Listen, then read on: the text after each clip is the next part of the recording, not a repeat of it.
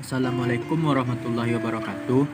Kembali lagi bersama saya Ridho Ilahi, NIM 21042204, Prodi Ilmu Administrasi Negara, mata kuliah pengantar ilmu pemerintahan. Baiklah, kali ini saya akan menjelaskan tentang konsep birokrasi dan birokrasi di Indonesia. Yang pertama yaitu pengertian birokrasi. Pengertian birokrasi berasal dari dua akar kata yaitu bureau atau bura, kain kasar penutup meja, dan kresi atau kekuasaan. Keduanya membentuk kata bureokrasi yang artinya yaitu suatu organisasi yang memiliki rantai komando dengan bentuk piramida, di mana lebih banyak orang berada di tingkat bawah daripada tingkat atas.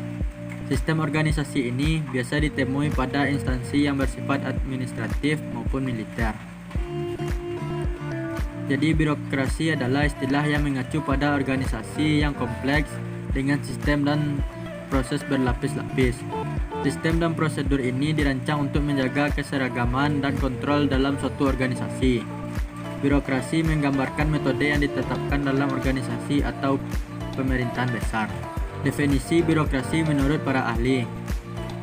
Yang pertama, menurut Max Weber, birokrasi sebagai bentuk organisasi yang penerapannya sesuai dengan tujuan bersama yang ingin dicapai.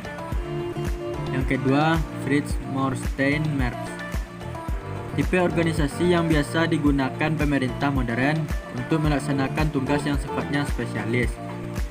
Yang ketiga, Blau dan Peg, birokrasi sebagai tipe organisasi yang digunakan untuk menjalankan tugas administratif yang besar. Yang keempat, Dwi Jowijoto, lembaga yang sifatnya sangat kuat dengan kemampuan peningkatan kapasitas potensial terhadap hal baik serta hal buruk. Selanjutnya, birokrasi di Indonesia. Pengertian birokrasi di Indonesia adalah lembaga pemerintahan yang menjalankan tugas pelayanan publik baik di tingkat pusat maupun daerah dengan menerapkan nilai-nilai Pancasila dan berdasarkan Undang-Undang 1945. Ada dua jenis model birokrasi di Indonesia. Satu, birokrasi Weberian.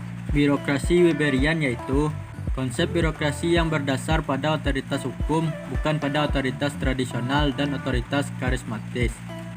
Otoritas hukum inilah menjadi dasar operasinya birokrasi Weberian. Yang kedua, birokrasi Parkinsonian.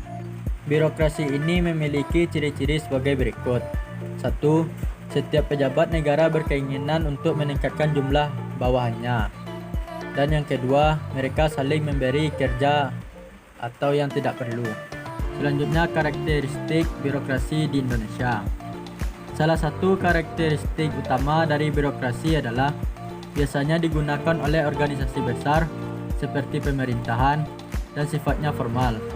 Selain karakteristik tersebut, birokrasi memiliki sejumlah karakteristik lainnya yaitu 1. Pekerjaannya sangat ketat dan berorientasi pada peraturan.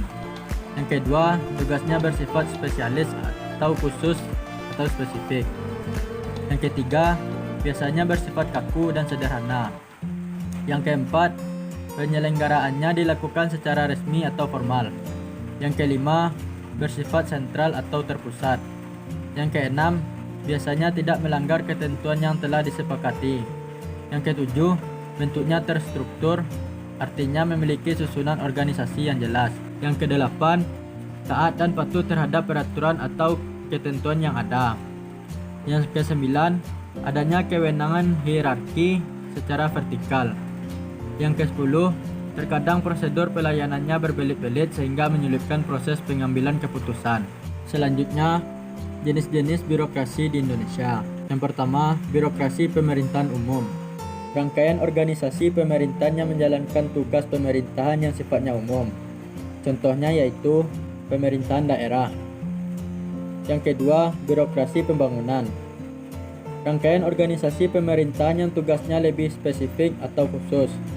Contohnya, rumah sakit dan sekolah. Yang ketiga, birokrasi pelayanan. Rangkaian organisasi pemerintahan yang berhubungan dengan masyarakat. Contohnya yaitu Dinas Kependudukan dan Catatan Sipil. Baiklah, hanya itu yang dapat saya sampaikan. Jika ada salah kata, mohon dimaafkan. Saya akhiri, Assalamualaikum warahmatullahi wabarakatuh.